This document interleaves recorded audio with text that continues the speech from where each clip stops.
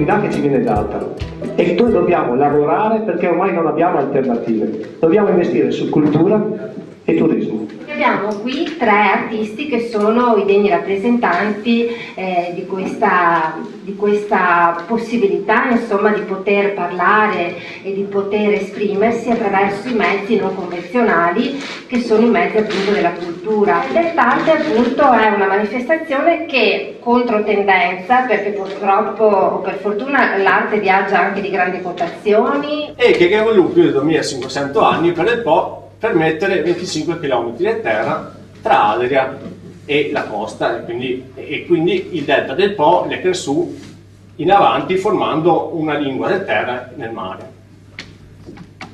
A questo punto normalmente la conversazione finisse, le persone le dice che non è completamente sicure della mia versione dei fatti, no?